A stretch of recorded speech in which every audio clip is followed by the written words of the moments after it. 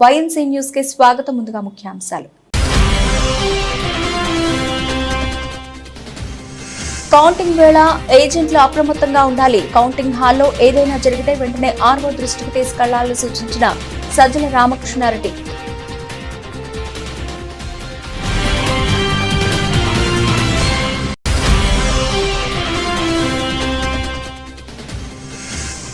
Phone tapping అంశంలో తనపై మంత్రి కోమటిరెడ్డి వ్యాఖ్యలకు స్పందించిన హరీష్ రావు, ఆరోపణలు నిరూపిస్తే ముక్కు నేలకేసి రాస్తానని సవాల్.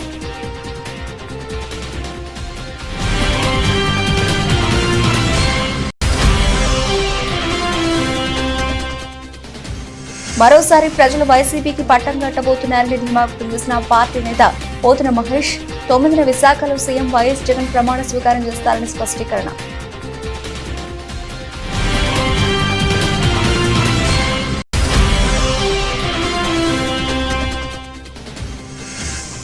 ఎమ్మెల్సీ కవిత కస్టడీ పొడిగించిన కోర్టు, జూలై 3 వరకు జైల్లోనే బీఆర్ఎస్ ఎమ్మెల్సీ.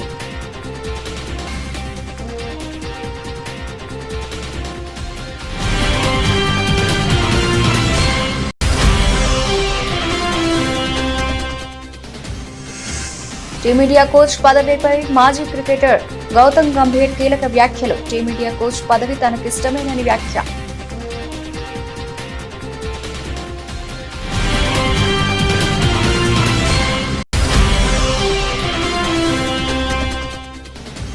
మార్కెట్లో ఎగ్జిట్ పోల్స్ జోష్, మోదీ 3.0 గెలుపు అంచనాలతో లాభాలు ట్రేడ్ అవుతున్న స్టాక్ మార్కెట్లు.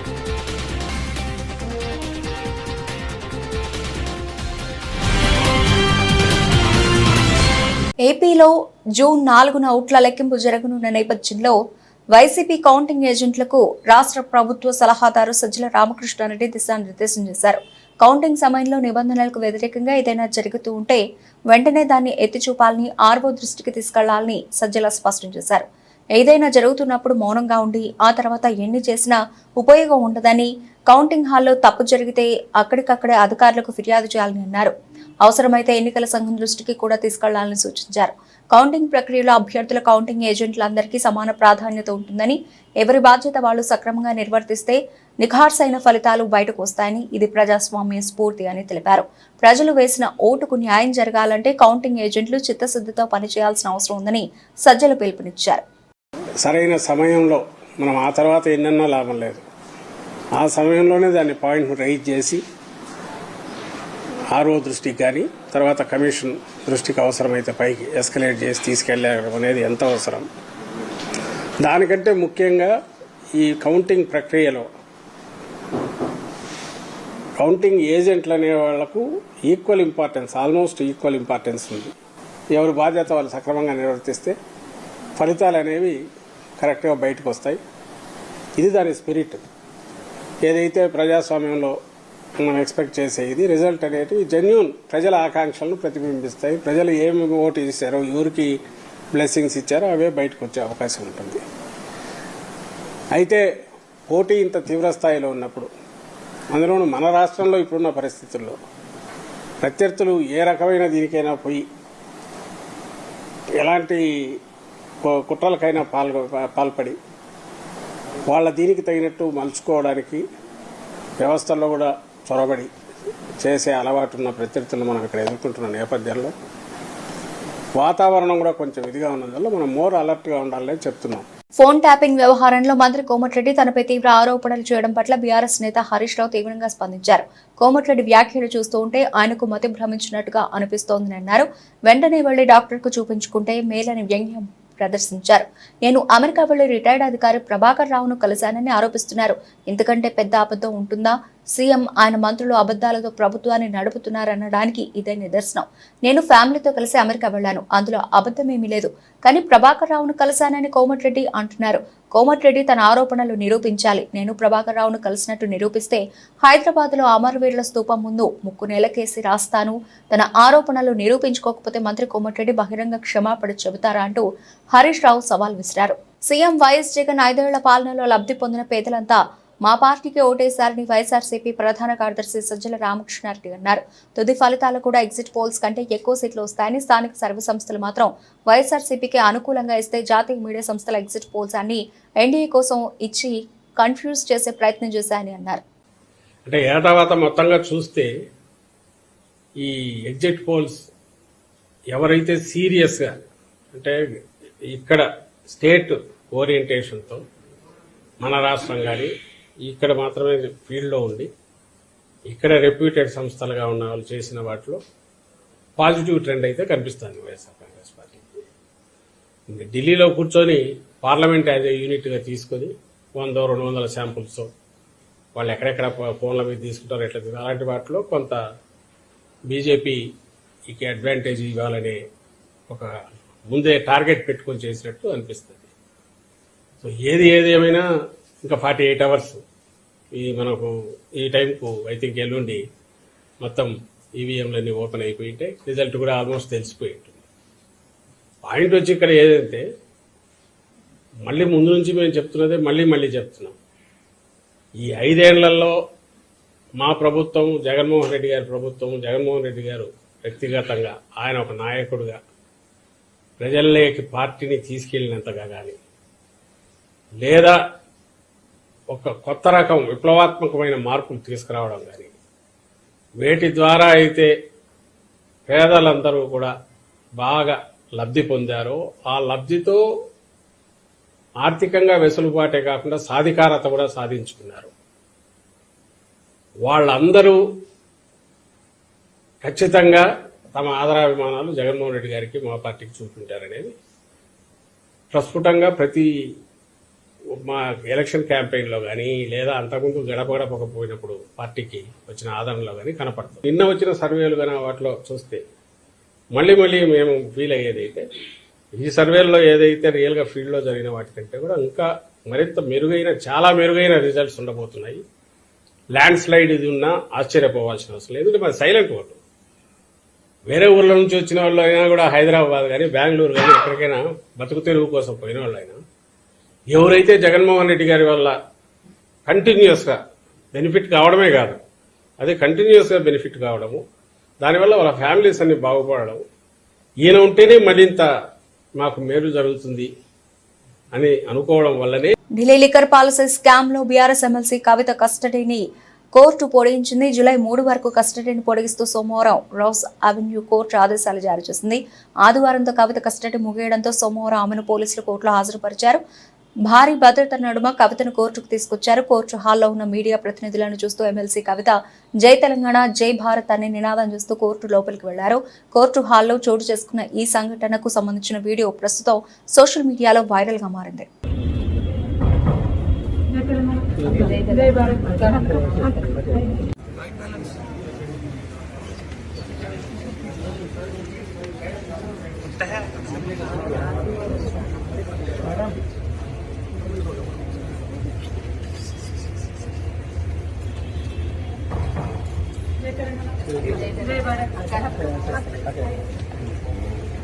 సీఎం వైఎస్ జగన్ 5 ఏళ్లలో అమలు చేసిన సంక్షేమ అభివృద్ధి కార్యక్రమాలను మెచ్చి ప్రజలు మరోసారి వైఎస్ఆర్సీపీకి పట్టం కట్టబోతున్నారని వైఎస్ఆర్సీపీ నేత పోతిన మహేష్ అన్నారు. ఈ నెల 9న విశాఖలో సీఎం వైఎస్ జగన్ ప్రమాణ స్వీకారం చేయడం ఖాయమని ధీమా వ్యక్తం చేశారు.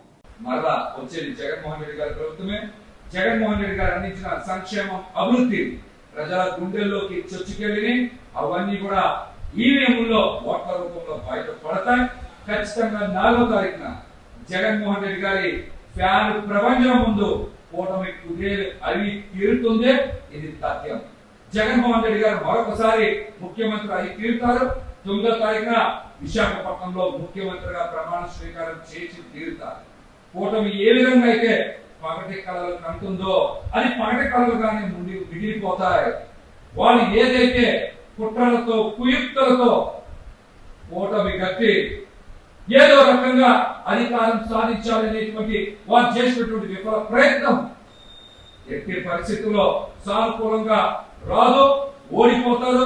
జగన్మోహన్ రెడ్డి గారి చేతిలో చావు దెబ్బ తింటారని కూడా ఈ సందర్భంగా నేనైతే తెలియజేస్తాను.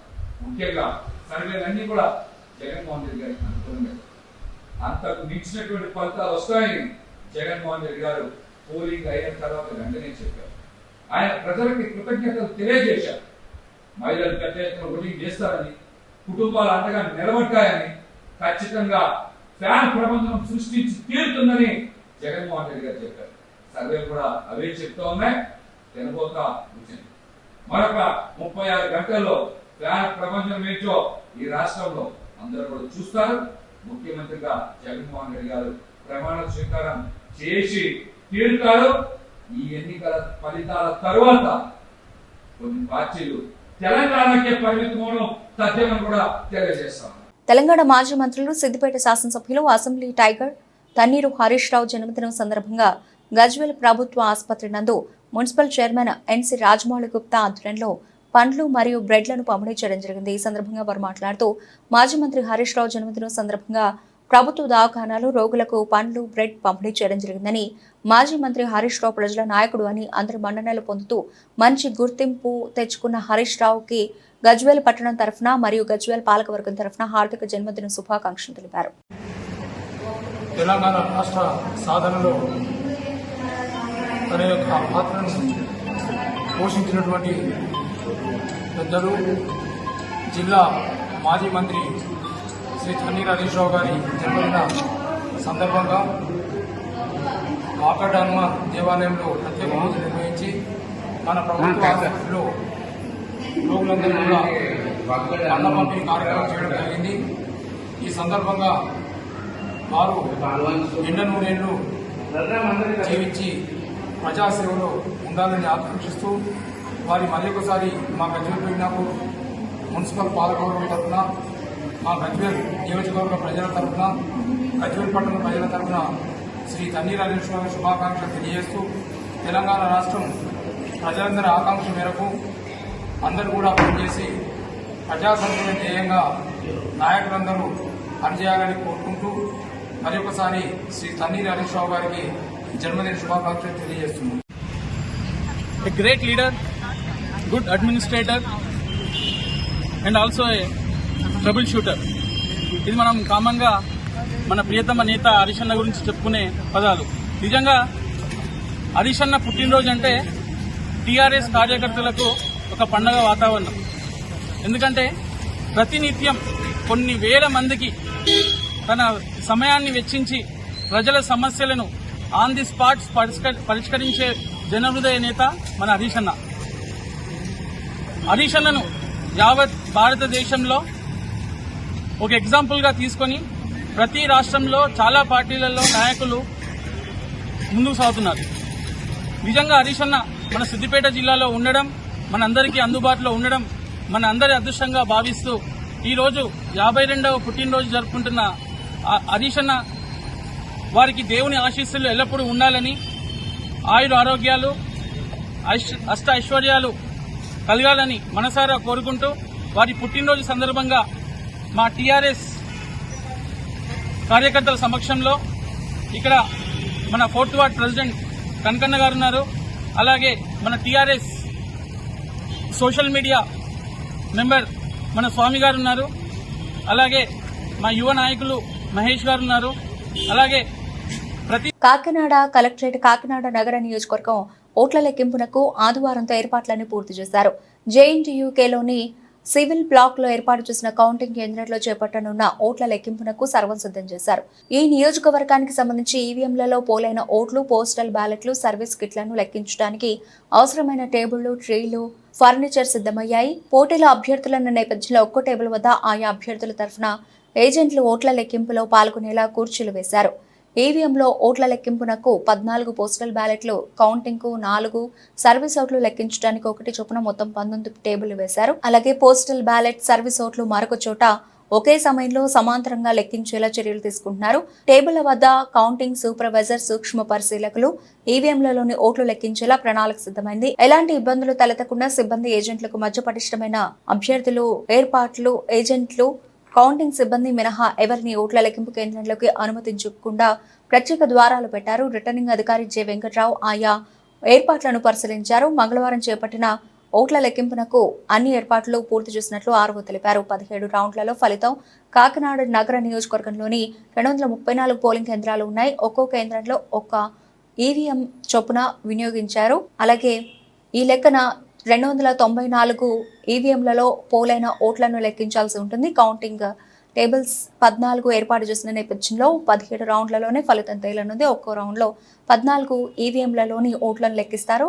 రౌండ్ల వారీగా అభ్యర్థులకు వచ్చిన ఓట్ల వివరాలను నమోదు చేస్తారు. ఇలా 17 రౌండ్లు పూర్తయిన తర్వాత ఫలితాలు వెల్లడిస్తారు. కాకినాడ నగర నియోజకవర్గంలో వినియోగించిన 234 ఈవీఎంలలో మొత్తం 171,356 ఓట్లు పోలయ్యాయి. ఎన్నికల్లో గెలుపోటములతో పని లేకుండా ప్రజాసేవయే పరమావధిగా 2 దశాబ్దాల పైబడి సమాజానికి అంకిత భావంతో సేవలు అందిస్తున్న రాష్ట్రీయ ప్రజా కాంగ్రెస్ సెక్యులర్స్ మరో స్వాతంత్ర పోరాట స్ఫూర్తి దాయకులని వారికి నేడు అభినందన సత్కారాలు నిర్వహించుకోవడం ఎంతో ఆనందదాయకంగా ఉందని RPC senior secular Pendyala Kamaraju ఆనందాన్ని వ్యక్తపరిచారు. మొన్న జరిగిన ఎన్నికల ప్రచారంలో ఏ బలహీనతలకు తావు లేకుండా ప్రజాస్వామ్యబద్ధంగా కేవలం కరపత్రాన్ని అస్త్రంగా మలుచుకుని ఇంటింటికి సాంప్రదాయక ప్రచారాన్ని సాగించిన ఆర్పీసీ సెక్యులర్స్ నిజమైన యుద్ధ సూరులని కిరాయి మనుషులతో కిరాయి మార్గాలను నమ్ముకొని ఎన్నికలను రాజకీయ వ్యాపారంగా మార్చిన నేటి వ్యాపార ప్రధాన రాజకీయ పక్షాలు సిగ్గుపడే విధంగా స్వచ్ఛందంగా ఎవరి ఖర్చులు వారే ఖర్చు చేసుకుంటూ పార్టీ సిద్ధాంతాలను ప్రజల ముందుకు తీసుకెళ్లిన ఆర్పీసీ వారియర్స్ ను చూస్తూ ఉంటే ఎంతో గర్వంగా ఉందని, వ్యాపార పార్టీలన్నీ ఆర్థిక దోపిడీలో బిజీగా ఉండడం ఖాయమని ఆర్పీసీ అధ్యక్షులు మేడా శ్రీనివాస్ ఈ సందర్భంగా గుర్తు చేశారు. సమాజంలో రాష్ట్రీయ ప్రజా కాంగ్రెస్ పార్టీ సెక్యులర్ అని చెప్పుకోవడానికి ఎంతో గర్వపడేటటువంటి ఒక స్థానాన్ని రాష్ట్రీయ ప్రజా కాంగ్రెస్ పార్టీ ఈరోజు సంపాదించుకుంది. ఎందుకంటే మిగతా ఏ రాజకీయ పార్టీ అయినా సరే రాష్ట్రీయ ప్రజా కాంగ్రెస్ పార్టీ సెక్యులర్ ముందు అసలు ఏ విధమైన అర్హత లేనటువంటి వాళ్ళందరూ వాళ్ళు అని ఈరోజు గర్వంగా చెప్పుకోవాలి. ఎందుకంటే ఏదైనా ప్రజల పక్షాన సామాజిక దృక్పథంతో ఈరోజు ఎన్నికల పర్వాన్ని ముందుకు నడిపించాం.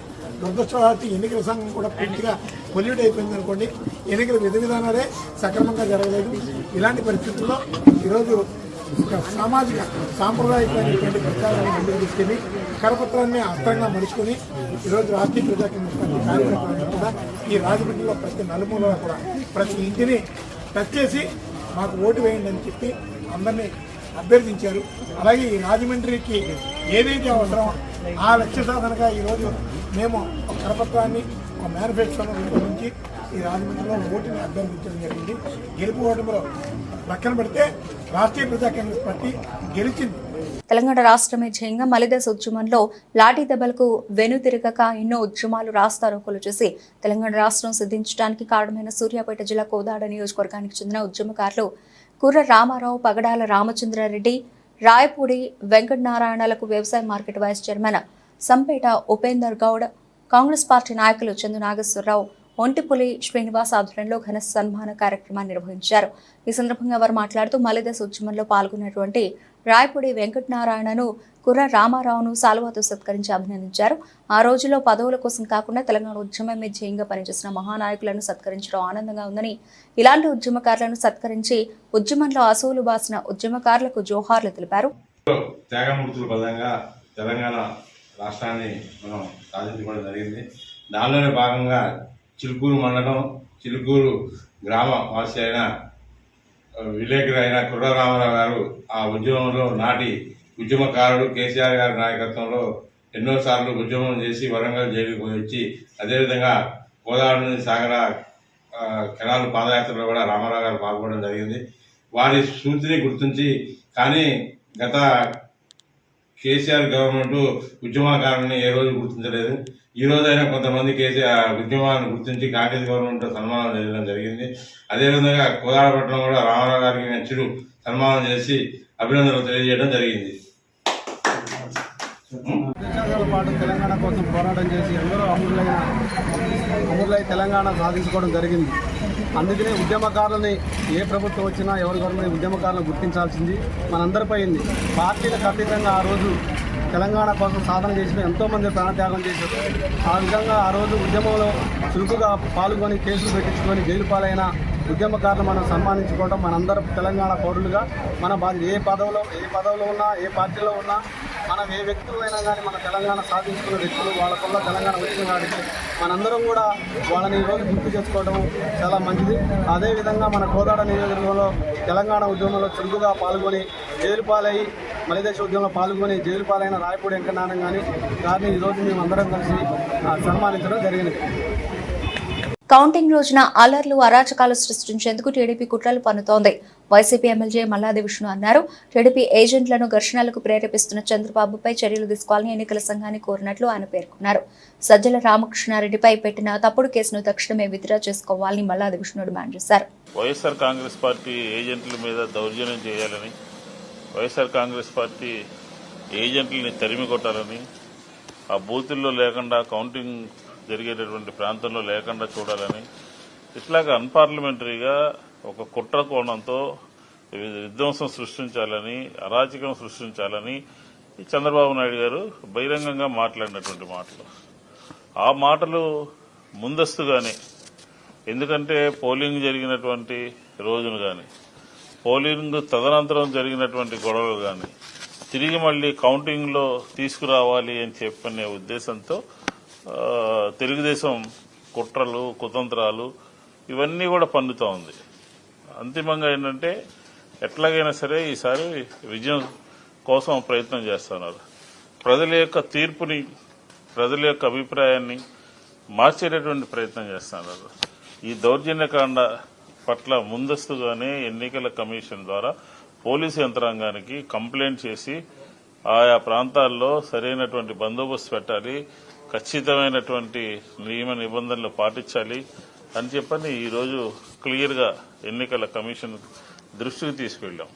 ఎందుకంటే ఈ ప్రక్రియలో ఇప్పటికే మనం చూసాం, పోస్టల్ బ్యాలెట్ విషయంలో ఏ రకంగా ఎన్నికల కమిషన్ని తన చేతిలో పెట్టుకుని దానికోసమే పొత్తు ఇలాంటి దుర్మార్గాలకి, ఇలాంటి దుశ్చర్యలకి తెలుగుదేశం నడుం కట్టి పోస్టల్ బ్యాలెట్ విషయంలో ఎంతవరకు వెళ్లారో మనం చూసాం. ఈ నెల 4న ఎచ్చర్ల శివాని ఇంజనీరింగ్ కళాశాలలో నిర్వహించనున్న లోక్సభ, అసెంబ్లీ ఎన్నికల కౌంటింగ్ కు అన్ని ఏర్పాట్లు పూర్తి చేసినట్లు జిల్లా ఎన్నికల అధికారి, జిల్లా కలెక్టర్ మనజీర్ జిలానీ సమూన్ తెలిపారు. 2000 మంది ఉద్యోగులకు శిక్షణ ఇచ్చి కౌంటింగ్ విధులకు కేటాయించామని అన్నారు.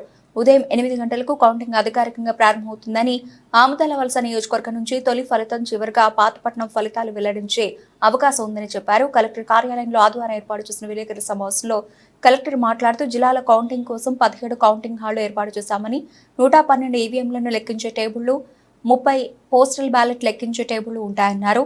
ముందుగా పోస్టల్ బ్యాలెట్ లెక్కింపు ప్రారంభం కాగా అరగంట తర్వాత ఈవీఎంల లెక్కింపు జరుగుతుందన్నారు. కౌంటింగ్ కేంద్రంలో సీసీ కెమెరాలు ఏర్పాటు చేశామని, పోలీస్ సిబ్బంది, ఏపీఎస్పీ, ఐటీబీపీతో కలిపి 3 అంచెల భద్రతను ఏర్పాటు చేస్తున్నామని తెలిపారు. ఆర్ఓ, ఏఆర్ఓ, అబ్జర్వర్, రాజకీయ పార్టీల ప్రతినిధుల సమక్షంలో కౌంటింగ్ జరుగుతుందన్నారు.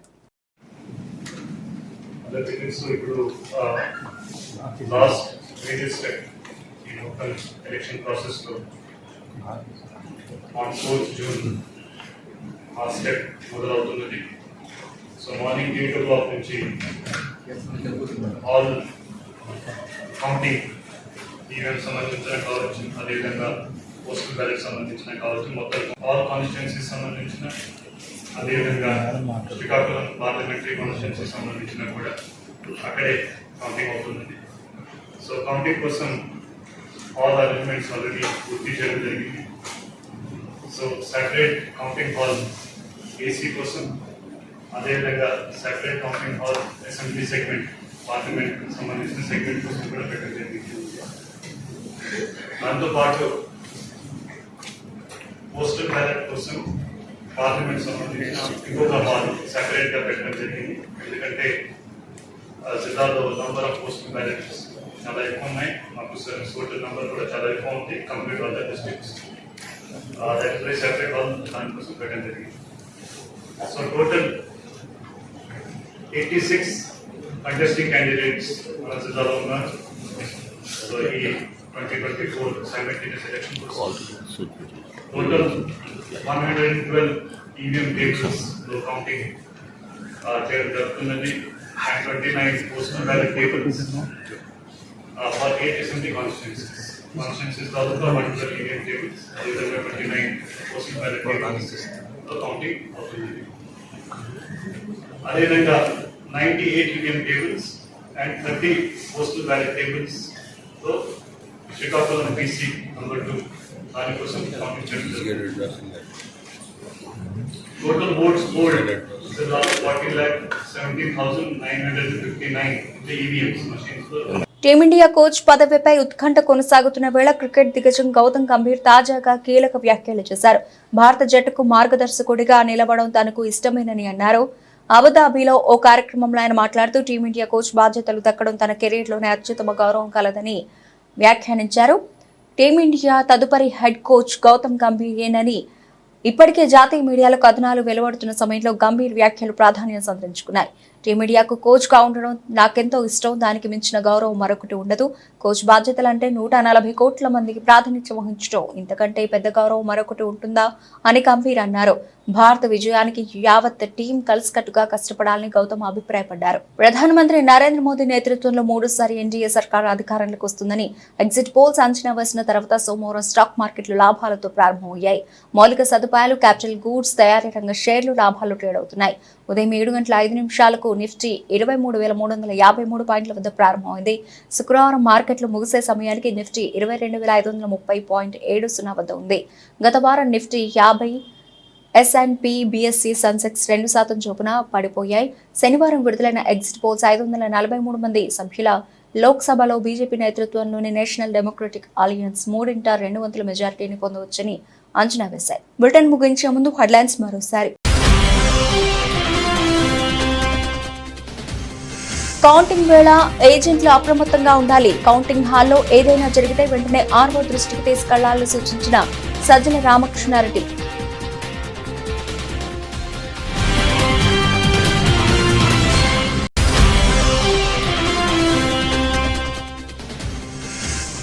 ఫోన్ ట్యాపింగ్ అంశంలో తనపై మంత్రి కోమటిరెడ్డి వ్యాఖ్యలకు స్పందించిన హరీష్ రావు, ఆరోపణలు నిరూపిస్తే ముక్కు నేలకేసి రాస్తానని సవాల్.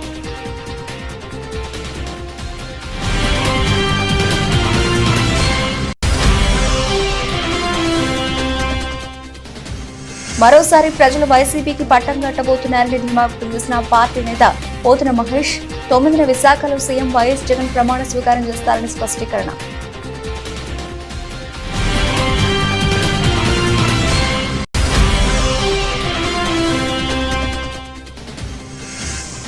ఎమ్మెల్సీ కవిత కస్టడీ పొడిగించిన కోర్టు, జూలై 3 వరకు జైల్లోనే బీఆర్ఎస్ ఎమ్మెల్సీ.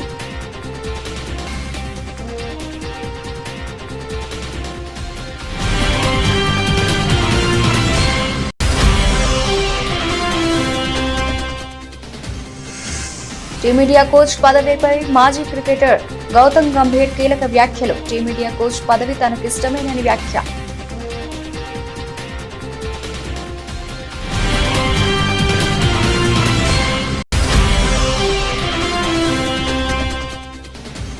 మార్కెట్లో ఎగ్జిట్ పోల్స్ జోష్, మోదీ 3.0 గెలుపు అంచనాలతో లాభాలు ట్రేడ్ అవుతున్న స్టాక్ మార్కెట్లు.